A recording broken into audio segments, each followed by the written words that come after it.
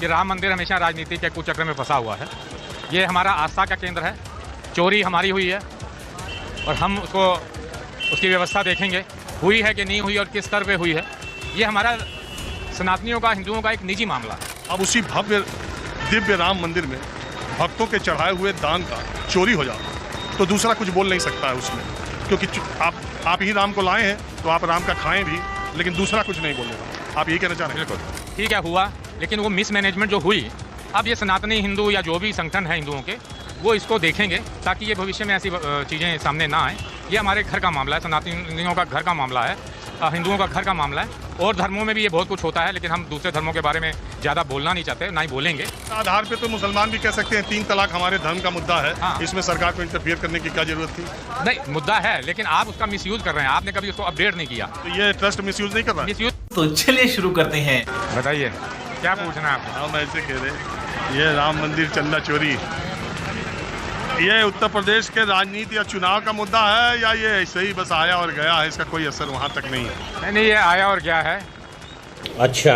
और ये आप जानते हैं कि चुनाव जैसे ही नज़दीक आते हैं तो कुछ ना कुछ ऐसे जो सत्ता में सरकारें हैं उनके खिलाफ कुछ ना कुछ मुद्दा ढूंढ ही लेते हैं। और ये हमारा दुर्भाग्य है कि राम मंदिर हमेशा राजनीति के कुचक्र में फंसा हुआ है। ये हमारा आस्था का केंद्र है। चोरी हमारी हुई है और हम उसकी व्यवस्था देखेंगे, ठीक है, समझिए। हुई है कि नहीं हुई और किस स्तर पे हुई है। ये हमारा सनातनियों का, हिंदुओं का एक निजी मामला है। इसमें जो कूद रहे हैं उनकी तो कभी आस्था रही नहीं राम मंदिर के अंदर। नहीं तो 500 साल हम क्यों लड़ते? वो लोग तब कहाँ थे जब भगवान राम टेंट के नीचे बैठे हुए थे? वो गजब आदमी है यार। तो तब उनके अंदर वो भावनाएं नहीं जागी थी जो आज इनको चंदा चोरी पे इतनी बड़ी बड़ी बातें कर रहे हैं। तो ये हमारा दुर्भाग्य है। हमेशा से सनातनी और हिंदू चुनाव में आते ही इनका राजनीतिकरण हो जाता है। अभी बता था भाई, भारतीय जनता पार्टी ने राम मंदिर आंदोलन को अपने हाथ में कब लिया? हाँ, लिया उन्होंने।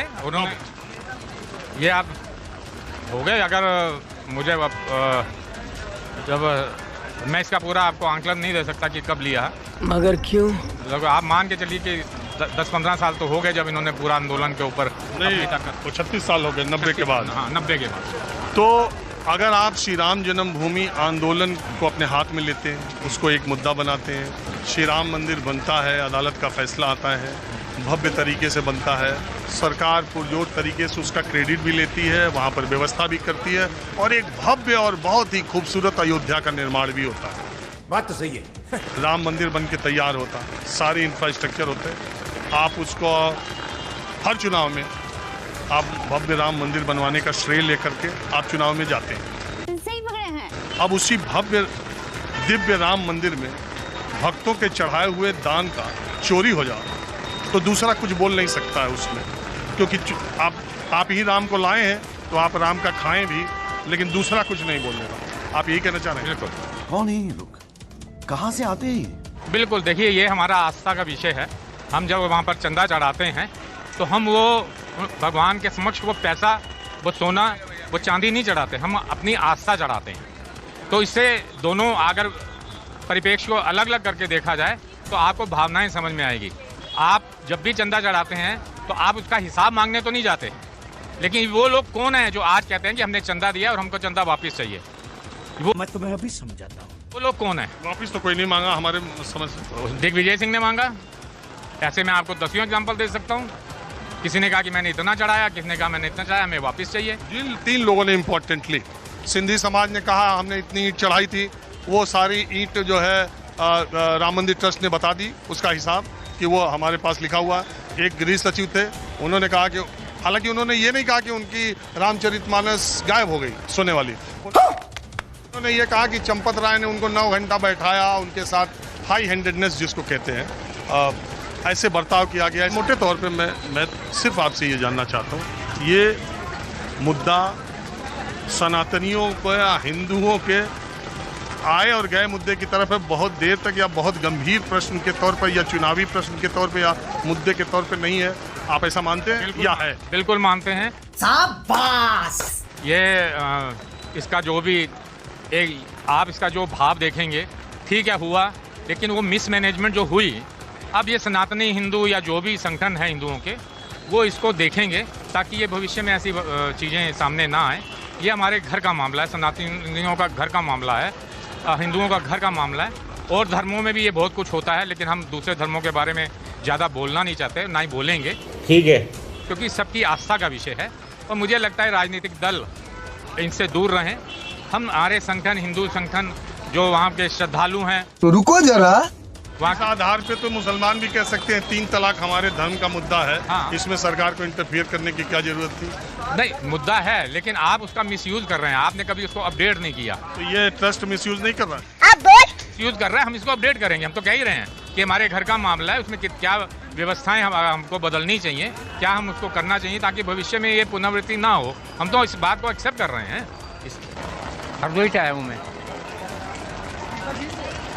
चाय पीने? जी। हरदोई से चाय? मैं काम से आया था थोड़ा। ये जो अभी मसला सुन रहे थे आप, इसके बारे में कुछ विचार आपका भी है? विचार क्या, विचार ये है कि मुझे नहीं लगता कि ये मंदिर का जो मुद्दा है, ये चोरी का जो प्रकरण चल रहा है, ये कोई मुद्दा है, मुझे नहीं लगता है। हाँ बेटा, देश में हजारों मंदिर हैं, हर जगह चोरी होती है। कुछ तेलंगाना में थोड़े समय पहले आपको भी मालूम होगा, चोरी हुई थी, उसका किसी ने मुद्दा उठाया। आज राम मंदिर में चोरी हो गई, सारे विपक्ष के लोग उठा रहे हैं। क्यों उठा रहे हैं? उनके पास कोई मुद्दा ही नहीं है जी। सरकार को बदनाम करना, ये करना, वो करना, ऐसा कुछ नहीं। सरकार बिल्कुल सही काम कर रही है अपनी जगह पर, बिल्कुल बहुत बढ़िया सरकार चल रही है। भाई साहब कुछ ज़्यादा नहीं हो गया ये? मैं ये आपसे कहूँ कि चोरी हुई अपनी जगह, SIT गठित हुई, पुलिस का है। हाँ। लेकिन हिंदू समाज का विश्वास कि इस चोरी का पर्दाफाश या जो कुछ भी होगा योगी आदित्यनाथ की सरकार कर देगी, या दूध का दूध और पानी का, ये विश्वास आप पे ज़्यादा है, या आपको लग रहा है कि ये सब चूँकि सनातन पर ये इस घटना से लोगों को थोड़ा, तो इस ये विषय अलग है, सनातन का विषय अलग है।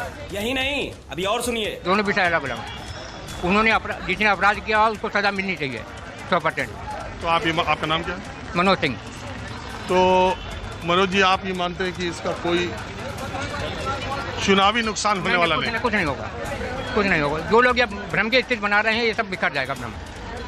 मोदी जी, वाह। बोलिए ठीक। तो अब बताइए, राम मंदिर का चंदा चोरी का मुद्दा आम लोगों में क्या है? इसका कोई असर है? लोगों को ये लग रहा है कि सही लोग नहीं पकड़े जाएंगे, या लोगों को लग रहा है कि योगी आदित्यनाथ की सरकार में कोई बचेगा नहीं? देखिए, बचेगा तो नहीं कोई, और लेकिन इससे राम मंदिर और धर्म पर इसका कोई इफेक्ट नहीं पड़ेगा। अगर किसी के घर में चोरी हो जाए तो घर वाले तो जिम्मेदार है नहीं, चोर फेर कह रहे हैं। हाँ, चोर जो चोरी किया है वो जिम्मेदार है। चोरी तो कहीं भी हो सकता है, तो जो चोर चोरी किया है वो पकड़े भी गए हैं। लेकिन घर में काम करने वाला या घरी वाला घर की चोरी कर लेता? कितने नौकर घर में काम करते हैं, मर्डर कर देते हैं। अब उसके लिए क्या कीजिएगा? हम तो पब्लिक, आप जो घर के मालिक वो रखता है कि भाई ये आदमी शरीफ है, सही है, लेकिन उसकी नीयत कब खराब हो जाए कौन जानता है। लेकिन बचेगा कोई नहीं। ये योगी बाबा की सरकार है, न्याय होगा और बराबर न्याय होगा।